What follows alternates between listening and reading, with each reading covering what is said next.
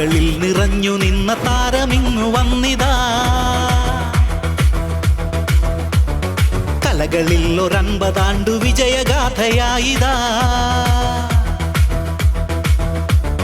Malayalam നെഞ്ചേറ്റും mimicry ലോകത്തിൻ വേദികൾ കൈയടക്കി. എന്നും നിറഞ്ഞു നിന്ന പ്രതിഭയ്ക്കു സ്നേഹമോടെ ആദരവായി ഏകിടുന്നു നമ്മൾ.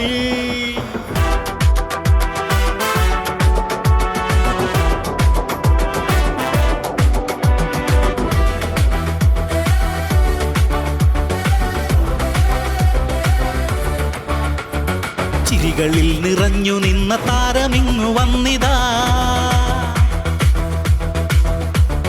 കലകളിൽ 150 ആണ്ടു വിജയഗാഥയായിതാ. മലയാളം നെഞ്ചേറ്റും മിമിക്രി ലോകത്തിൻ വേദികൾ കൈയടക്കി. എന്നും നിറഞ്ഞു നിന്ന പ്രതിഭയ്ക്കു സ്നേഹമോടെ ആദരവായി ഏകിടുന്നു നമ്മൾ. ഇന്നിതാ കോടിയാശംസ നൽകിടാം, കോടിയാശംസ. ഇന്നിതാ കോടിയാശംസ നൽകിടാം, കോടിയാശംസ. കലകൾ തൻ സ്നേഹിതൻ ചിരികൾ തൻ വിരുന്നൊരുക്കി പുതുമകൾ പകർന്നു നൽകി ആർക്കുമേ എന്നും ഗുരുനാഥൻ. വന്നിതാ പ്രിയ പ്രസാദേട്ടൻ.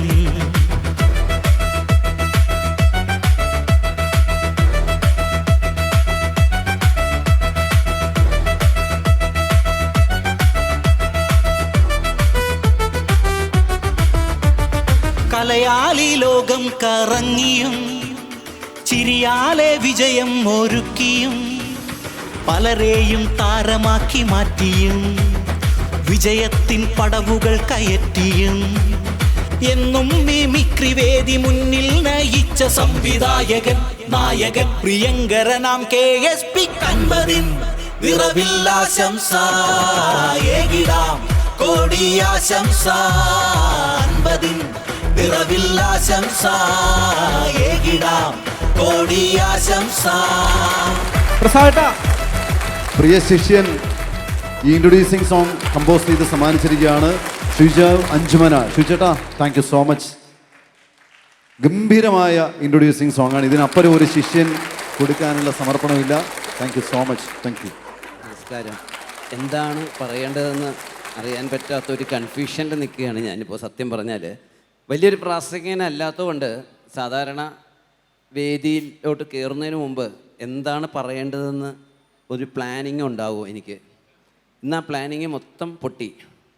കാരണം അങ്ങനത്തെ എൻ്റെ ഒരു ഫീൽ എന്താണെന്ന് എനിക്ക് പറഞ്ഞ് മനസ്സിലാക്കാൻ പറ്റാത്ത ഒരവസ്ഥയിലാണിപ്പോൾ. സത്യം പറഞ്ഞാൽ ഒരു 1.5 മാസം 2 മാസം മുമ്പാണ് ഞങ്ങളുടെ മഹാരാജാസ് ഓൾഡ് സ്റ്റുഡൻസ് അസോസിയേഷൻ്റെ മീറ്റിംഗ് നടന്നുകൊണ്ടിരിക്കുമ്പോൾ നമ്മുടെ ചങ്ങമ്പുഴ നമ്മുടെ ഈ കേന്ദ്രത്തിൻ്റെ തന്നെ സെക്രട്ടറിയായ എൻ്റെ പ്രിയ സുഹൃത്ത് രവി അതവിടെ നിൽക്കുന്നുണ്ട്. ഒന്ന് കൈപൊക്കി രവി. അദ്ദേഹമാണ് ഈ ഒരു ആശയം ആദ്യമായിട്ട് ഇത് പറയുന്നതും. അപ്പോൾ മഹാരാജാസ് ഓൾഡ് സ്റ്റുഡൻറ്റിൻ്റെ സെക്രട്ടറി CICC ജയേന്ദ്രൻ നേരെ മുമ്പിൽ ഇരിക്കുന്നുണ്ട്. അദ്ദേഹം ഇത് ഏറ്റുപിടിക്കുകയും അദ്ദേഹത്തിൻ്റെ കൂടെയുള്ള ബാക്കിയുള്ള പ്രവർത്തകർ എല്ലാവരും ഇതാ അജിത ജോഷി അവിടെയുണ്ട്. ഇവരെല്ലാവരും ഹാർഡ് വർക്ക് ചെയ്തിട്ട്, അതുപോലെ തന്നെ വീണയുണ്ട്. എല്ലാവരുടെ പേരുകൾ പറഞ്ഞാൽ ആകെ കൺഫ്യൂഷനായി പോകുന്നുണ്ട്. സണ്ണിയുണ്ട്, ജോസ് ഉണ്ട്. അതുപോലെ ഇവർ എല്ലാവരും ചേർന്ന് കലാഭവനിലെത്തുന്നു. കലാഭവനിലെത്തിക്കഴിഞ്ഞപ്പോൾ കലാഭവൻ്റെ പ്രസിഡൻ്റായ ഫാദർ ചെറിയാൻ കുഞ്ഞൻ തോട്ടത്ത് അദ്ദേഹം അത് ഏറ്റുപിടിച്ചു. അലി അക്ബർ സാർ അത് ഏറ്റുപിടിച്ചു. കലാഭവൻ്റെ മറ്റു മാനേജിങ് കമ്മിറ്റി അംഗങ്ങൾ, ശ്രീധറാണ് ഈ പ്രോഗ്രാമിൻ്റെ ടോട്ടൽ കോർഡിനേറ്ററായിട്ടുള്ള മറ്റൊരു വ്യക്തി. അതുപോലെ തന്നെ വർഗീസ് പറമ്പത്ത്, ബാബ, ഇഗ്നേഷ്യസ്, നമ്മുടെ ബേണി ഇഗ്നേഷ്യസ് സംഗീത സംവിധായകരിൽ അദ്ദേഹം കലാഭവൻ്റെ വൈസ് പ്രസിഡൻ്റാണ് അദ്ദേഹം. അങ്ങനെ എല്ലാവരും ചേർന്നിട്ടാണ്, അതോടൊപ്പം തന്നെ ചങ്ങമ്പുഴ പാർക്കിൻ്റെ പ്രസിഡൻറ്റ്, സെക്രട്ടറി, ഇവരെല്ലാവരും ചേർന്നിട്ടാണ് ഈ ഒരു പരിപാടി ഇവിടെ നടത്തുവാനായിട്ട് തീരുമാനിച്ചത്. എൻ്റെ ഒരു ഫീൽ ഇപ്പം എന്താണെന്ന് പറയണതിന് മുമ്പ് ഞാൻ 2 മിനിറ്റിൻ്റെ ഒരു കഥ പറയാം. ഒരു 10-40 വർഷം മുമ്പാണ് നടന്ന ഒരു കഥയാണ്.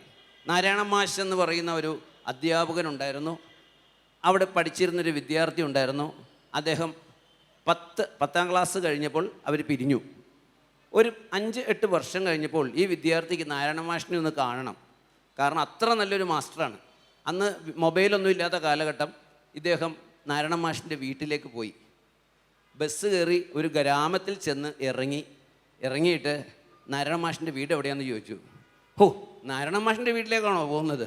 ഇത്രയും നല്ലൊരു മാസ്റ്റർ ഈ ഭൂമിയിലുണ്ടാവില്ല. ഈ നാട്ടിൽ ആര് എന്ത് സഹായം ചോദിച്ചാലും ഈ നാരായണ മാഷ് അപ്പം തന്നെ അതിന് കൃത്യമായിട്ട് മറുപടി പറയും. അതിന് പഠിപ്പിച്ചു കൊടുക്കും. 5 പൈസ പോലും വാങ്ങാത്തൊരു മാഷാണ്. നേരെ പോയാൽ മതി, ആ ജംഗ്ഷനിൽ ചെന്ന് ചോദിച്ചാൽ മതി എന്ന് പറഞ്ഞു. അടുത്ത ജംഗ്ഷനിൽ ചെന്ന് ചോദിച്ചു, നാരായണ മാഷിൻ്റെ വീട് എവിടെയാണ്? നാരായണ മാഷിൻ്റെ വീട്ടിലേക്കാണോ? ഈ നാട്ടിൽ എന്തൊരു പ്രശ്നം ഉണ്ടെങ്കിൽ കോടതിയും വേണ്ട, പോലീസ് സ്റ്റേഷനും വേണ്ട, നാരായണ മാഷിൻ്റെ അടുത്ത് ചെന്നാൽ മതി. നാരായണ മാഷ് അതിനൊരു പരിഹാരം ഉണ്ടാകും. അത്ര നല്ല മാസ്റ്ററാണ്. വലത്തോട്ട് പോയിട്ട് അവിടെ ചെന്നാൽ മതി, ആ മാഷിൻ്റെ വീട് എവിടെയാണെന്ന് പറഞ്ഞു. വലത്തോട്ട് ചെന്ന് പുള്ളിക്ക് വീണ്ടും കൺഫ്യൂഷനായി. 3ാമത്തെ ആളോട് ചോദിച്ചു, നാരായണ മാഷിൻ്റെ വീട് എവിടെയാണ്? നാരായണ മാഷിൻ്റെ വീട്ടിലോട്ടാണോ? ഇത്രയും തങ്കപ്പെട്ട ഒരു മനുഷ്യനുണ്ടാവും ഈ ഭൂമിയിൽ. അപ്പോഴേക്കും വിദ്യാർത്ഥി പൊട്ടിക്കരയാൻ തുടങ്ങി. നാരായണ മാഷ് പോയ വിവരം ഞാൻ അറിഞ്ഞില്ല. ഒയ്യോ, എന്ത് സംഭവിച്ചു? എന്നാണ് പോയത്? ആര് പറഞ്ഞു നാരായണ മാഷ് മരിച്ചെന്ന്? അല്ല, എല്ലാവരും നാരായണ മാഷിനെ ഇങ്ങനെ പൊക്കി പറഞ്ഞപ്പോൾ ഞാനോർത്ത് അദ്ദേഹം മരിച്ചു എന്ന്. സാധാരണ ആളുകൾ മരിക്കുമ്പോഴാണല്ലോ ഇങ്ങനെ പൊക്കി പറയാറുള്ളത്, അല്ലേ? നമ്മുടെ നാട്ടിൽ എത്ര വലിയ കള്ളനാണെങ്കിലും എത്ര ചതിയനാണെങ്കിലും മരിച്ചു കഴിഞ്ഞാൽ കുറേ പൊക്കി പറയാൻ ആൾക്കാരുണ്ടാവും. സത്യം പറഞ്ഞാൽ നമ്മളെല്ലാം മരിച്ചു കഴിയുമ്പോൾ, നമ്മളെല്ലാം പോയി കഴിയുമ്പോൾ നമ്മളെപ്പറ്റി പറയാൻ ഒരുപാട് നല്ല കാര്യങ്ങളുണ്ടാവും. അതൊന്നും കാണാനും കേൾക്കാനുള്ള ഭാഗ്യം നമുക്കുണ്ടാകാറില്ല. ഇന്ന് ഞാൻ നിങ്ങളെല്ലാവരേക്കാൾ കൂടുതൽ ഭാഗ്യവാനാണ്. ഇത്രയും വലിയൊരു ഭാഗ്യം ദൈവം എനിക്ക് തന്നു. എന്നെക്കുറിച്ച് പറയുന്നത് എനിക്ക് കേൾക്കുവാൻ സാധിച്ചു. അതോടൊപ്പം തന്നെ എനിക്ക് മറ്റൊരു കാര്യം കൂടെ പറയാനുണ്ട്.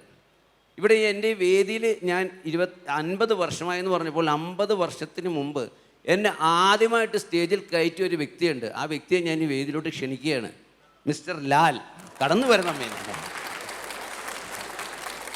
കാരണം സ്കൂളിൽ ഞങ്ങൾ ഒരു ക്ലാസ്സിൽ പഠിക്കുന്ന സമയത്ത് ലാലും ലാലിൻ്റെ കുറച്ച് സീനിയേഴ്സുമായിട്ട് ഒരു പ്രോഗ്രാം നടത്തിയ കഴുന്ന് പരിപാടി. ഞാനത് കാണാൻ ചെന്ന് കഴിഞ്ഞപ്പോൾ ലാല് പറഞ്ഞു, പ്രസാദേ ഒരു സ്റ്റേജിൽ പരിപാടി കളിച്ചോന്ന് പറഞ്ഞു. അപ്പം ഞാൻ പറഞ്ഞു, ഞാനാ? അപ്പോൾ എനിക്ക് ശരിക്കും കൈയും കാലം വിറക്കുക. കാരണം സ്കൂളിൽ വിനോത്സവത്തിന് മാത്രമേ പങ്കെടുത്തിട്ടുള്ളൂ ഞാൻ.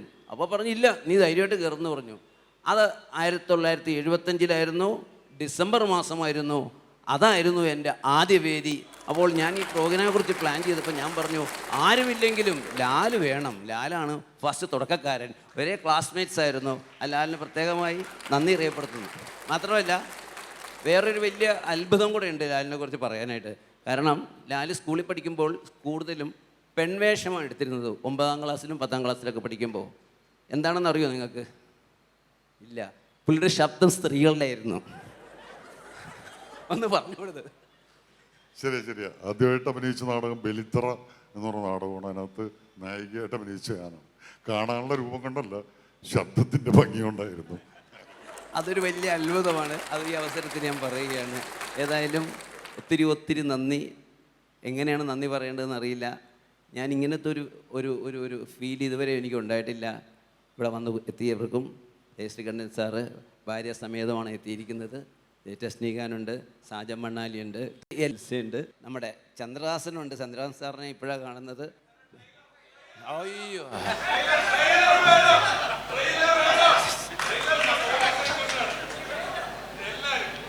എന്തിനാല്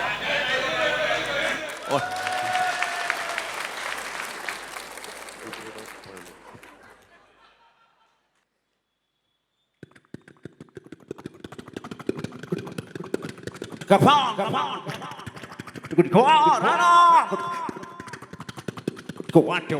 on.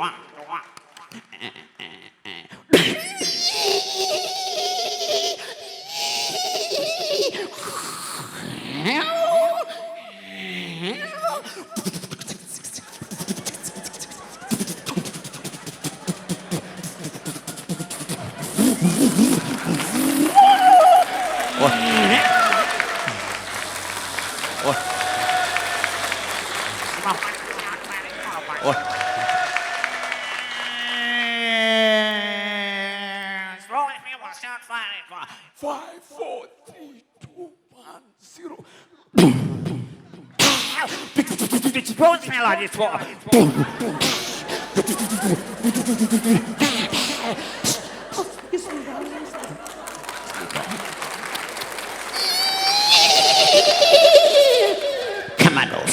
Commandos. Commandos. Thank you.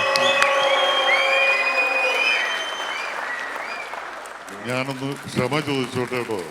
ഞാൻ കരുതി ഇവൻ അതിൻ്റെ ഒരു പകുതിയൊക്കെ വരുള്ളൂ ഇപ്പൊ കാണിച്ചാലെന്നാ. ഇതൊരു ഭീകര ജന്മമാണോ? ഇവനെ വിട്ടാൻ പറ്റില്ല. അല്ല ഇവനെ ഒരു പണി കൊടുത്തിട്ട് പോകാനും വന്ന സ്ഥിതിക്ക് ഇവനെ പറ്റി എല്ലാവരും നല്ലത് പറയുമ്പോൾ അങ്ങനെ എന്തൊക്കെ തോന്നിയെന്നൊക്കെ പറഞ്ഞല്ലോ. അപ്പം എനിക്ക് ഇത്രയും കാലമായിട്ട് നമ്മളാരും പ്രസാദിൻ്റെ അടുത്ത് നേരിട്ട് ഇങ്ങനെ പറഞ്ഞിട്ടുണ്ടാവില്ല അല്ലേ? റഹ്മാൻ പറഞ്ഞിട്ടുണ്ടോ നീ ഭയങ്കരമാടാ? പക്ഷെ നമുക്കൊക്കെ അറിയാം, നമ്മൾ പറഞ്ഞിട്ടില്ല. പക്ഷെ പറഞ്ഞു കഴിഞ്ഞപ്പോഴും എനിക്കിപ്പോൾ പേടിയെന്ന് വെച്ചാൽ പിന്നെ അഹങ്കാരം കൂടുമോ എന്നുള്ളൊരു തോന്നലോ. ഇങ്ങനെയൊക്കെയാണ് പലരും കുഴപ്പത്തിലാകുന്നത് അല്ലേ? അപ്പം അങ്ങനെ അഹങ്കാരം കൂടണ്ട. ഈ നല്ല സദ്യയൊക്കെ കഴിച്ച് വയറൊക്കെ അറിഞ്ഞപ്പോൾ നമ്മൾ ഈ മറ്റേ ഇഞ്ചിയുടെ ഇതെടുത്ത നക്കില്ലേ, അതുപോലെ ഞാൻ ഒരു ഔചിത്യമില്ലാത്തൊരു കഥ പറയാം. അപ്പം ഇവൻ്റെ ഈ മടുപ്പൊന്ന് മാറാൻ വേണ്ടിയിട്ടാണ്. ഇവനെല്ലാ കാര്യങ്ങളും ഇവനൊക്കെ എന്തൊക്കെ ചെയ്തിട്ടുണ്ടോ, സ്റ്റേജ് പരിപാടികൾ, കാസറ്റ്സ്, അതൊക്കെ വൻ സക്സസ്സാണ്. ഇതിൻ്റെ അഹങ്കാരത്തിനിടയ്ക്ക് പിന്നെ അറിയാൻ പാടില്ലാത്തൊരു പണി ചെയ്തു ഒരിക്കലും. അത് മാത്രമേ പിന്നെ പൊട്ടിപ്പോട്ടുള്ളൂ. വേറെ ഒന്നുമല്ല, കല്യാണം വീഡിയോ കവർ ചെയ്യാനായിട്ട് പോകാൻ തുടങ്ങിയില്ല, പോയേ ഉള്ളൂ ഒരിക്കല്. അതിൻ്റെ അനുഭവം എനിക്കറിയാവുന്നതാണോ? നമുക്കറിയാവുന്നൊരു സുഹൃത്തിൻ്റെ വീട്ടിൽ കല്യാണത്തിന്. ഇപ്പം കല്യാണമൊക്കെ അറിയാവുന്നതാണല്ലേ, വിശാലടുത്ത് ഞാൻ പറഞ്ഞിട്ടുണ്ടാകണം. ലോകത്തുള്ള എല്ലാ തമശകളും സ്റ്റോക്ക് ചെയ്ത് വെച്ചിരിക്കുന്ന ആളാണല്ലോ വിശാലടി. അപ്പം അറിയാമായിരിക്കും എന്ന് ചോദിച്ചാൽ. അപ്പം ഇവൻ വന്ന് കല്യാണമൊക്കെ കവർ ചെയ്ത് പോയി. അത് കഴിഞ്ഞിട്ട് ഇവൻ ചെല്ലുന്നതിന് മുമ്പ് തന്നെ എൻ്റെ കുറേ എഡിറ്റ് ചെയ്ത കുറച്ച് പോർഷൻസൊക്കെ അയച്ചു കൊടുത്തു വീട്ടിലേക്ക്. ഇവർ ഈ കല്യാണ കാസറ്റ് വീഡിയോ ടി വിയിലിട്ട് കാണുമ്പോൾ ചെക്കൻ ഒരു ബ്ലാങ്ക് ഫ്രെയിം, അതിൽ ചെക്കൻ വന്നിട്ട് ഒളിഞ്ഞു നോക്കിയിട്ട് പോവും. അതിൻ്റെ പുറകെ പെണ്ണും ഒന്ന് ഒളിഞ്ഞു നോക്കിയിട്ട് പോവും. പിന്നെ പെണ്ണിൻ്റെ അപ്പം വന്നു. അങ്ങനെ വരുമോ കല്യാണ വീട്ടിൽ? ഇങ്ങനെ ഓരോരുത്തർ വന്നിട്ട് ഇങ്ങനെ ഫ്രെയിമിൽ വന്നിട്ട് തിരിച്ചു പോവുക. ഫ്രെയിം അപ്പോൾ മൊത്തത്തിൽ ടെൻഷൻ, ഇതെന്താ ഇങ്ങനെ എടുത്തിരിക്കുന്നത്? അവസാനം അങ്ങനെ വന്നപ്പോഴാണ് പ്രസാദ്. അപ്പോൾ വേറെ 1-2 ഷോട്ട് കൂടി എടുക്കാനുണ്ട് അവിടെ. വീടിൻ്റെ മുറ്റത്തേക്ക് നടന്നു വരും. ആ ഷോട്ട് എടുത്തിട്ട് പ്രസാദ് ക്യാമറയായിട്ട് വരുന്നുണ്ട്. ആ വരുന്നത് കണ്ടപ്പോൾ എന്താണ് സംഭവിച്ചതെന്ന് എല്ലാവർക്കും മനസ്സിലായി. ആ വന്നത് എങ്ങനെയാണെന്ന് ഞാൻ കാണിച്ചത്. ക്യാമറ ആണ്.